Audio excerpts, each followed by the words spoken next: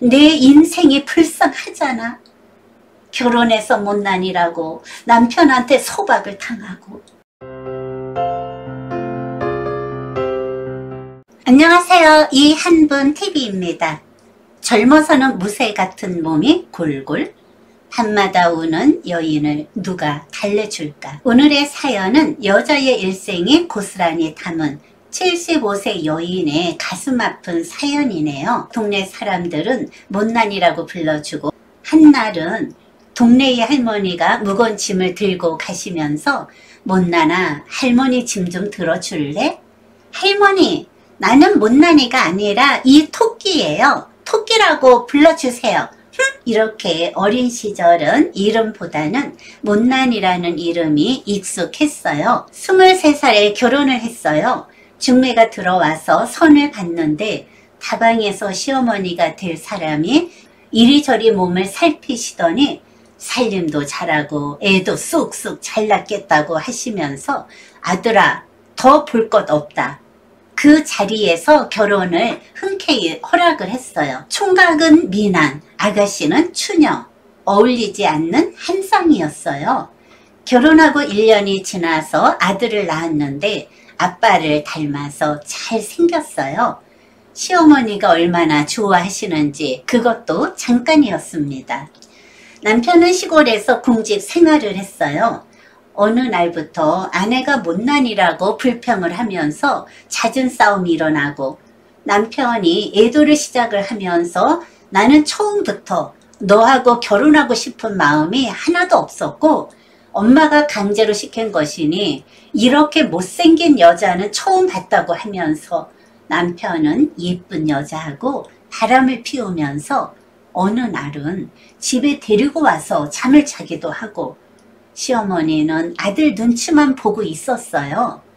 어느 날 시어머니가 자식은 또 낳으면 되니 6개월 된 아가를 데리고 나가서 살아야지, 집안이 편안하다고 하시면서 짐 보따리를 싸서 던져주시면서 며느리야, 남편이 퇴근을 하기 전에 집을 나가라고, 그래서 도망을 가다시피 쫓겨났습니다. 어린 자식을 얻고 친정으로 갈 수가 없었습니다. 자취하는 친구네 집에 가서 잠시 머물다가 그 친구가 서울로 올라가라고 했어요. 이 다음에 돈을 벌면 갚으라고 하면서 공장 생활을 하면서 풍푼히 모아둔 결혼 자금을 100만 원 현금으로 주었어요. 그 친구는 생명의 은인이죠. 자매처럼 지내다가 2년 전에 코로나로 인해 합병증이 생겨서 먼저 세상을 떠났어요. 24살에 친구의 도움으로 새 출발을 했습니다. 주인을 잘 만나서 그분의 덕을 많이 봤어요. 아주머니가 노점에서 장사를 하게 도와주시고 아가도 봐주시고 친정 엄마처럼 보살펴 주셨어요. 아내가 못난이라고 6개월 된 아가와 자식은 또 낳으면 된다고 맨몸으로 내쫓은 시어머니와 남편한테 복수의 칼을 갈면서 살아왔어요. 아들한테 감사한 것이 잔병치레도 없이 무럭무럭 잘 자라줘서 항상 고마웠어요. 저는 남편 복은 없었지만 주변 사람들의 복은 타고났어요. 지인분을 통해서 가끔씩 고향 소식을 들으면 저를 내쫓고 남편은 몇 년 있다가 암에 걸려서 공직 생활도 그만두고 둘째 부인은 도망을 가고 시어머니하고 둘이서 어렵게 살아간다고 하네요. 주변 사람들은 조강지처를 벌여서 벌을 받는다고 수군수군. 여러분, 남편이 패가 망신을 하는 것은 당연한 거 아닌가요? 그래야 세상이 공평하잖아요. 모든 것은 시간이 약입니다. 처음에는 못 살 것 같아서 아가하고 죽으려고 몇 번 자살 시도를 했지만 다시 살아나고 긴 목숨은 어쩔 수가 없었어요. 아들한테 들어가는 돈만 빼고 무조건 저금을 했어요. 주변에서 짠순이라고 욕을 해도 귀에 담지 않고 개미처럼 허리끈을 동여매고 악착같이 벌어서 보란듯이 사는 것이 복수를 하는 것이다. 그 결과 지금은 건물을 갖고 있어서 과거에는 월세를 냈지만 지금은 월세를 받고 있어요. 그 과정이 얼마나 힘들었겠어요. 70세가 되어서 시장에서 장사하는 것은 이제 그만두었어요. 지금까지는 돈의 노예가 되었지만 남은 시간은 내 인생의 노예가 되고 싶었어요. 아들은 대기업을 다니고 있습니다. 이제는 세상 부러울 거 하나도 없고 이루고 싶은 것은 다 이루었다고 하네요. 항상 못난이에서 벗어나고 싶은 욕구가 강해서 나이를 더 먹기 전에 70세에 성형을 해서 얼굴도 예쁘게 만들었고, 세상은 돈만 있으면 못하는 게 없다고 하네요. 하지만 돈으로 해결을 못하는 것은 건강이라고 하네요. 웃으면서 하시는 말씀이 본 바탕이 잘 생겨야지 아무리 뜯어 고쳐봤자 빛이 안 난다고 하시면서 모든 것은 부질없는 짓이며 부모님이 물려준 얼굴이 가장 소중하고 예쁜 얼굴이라고 합니다. 지금도 못난이라는 호칭이 정감이 간다고 합니다. 지금은 건물 관리를 합니다. 건물만 바라보며 눈물이 흘러내리고 무쇠 같은 젊은 청춘을 다 바친 건물이라고 하네요.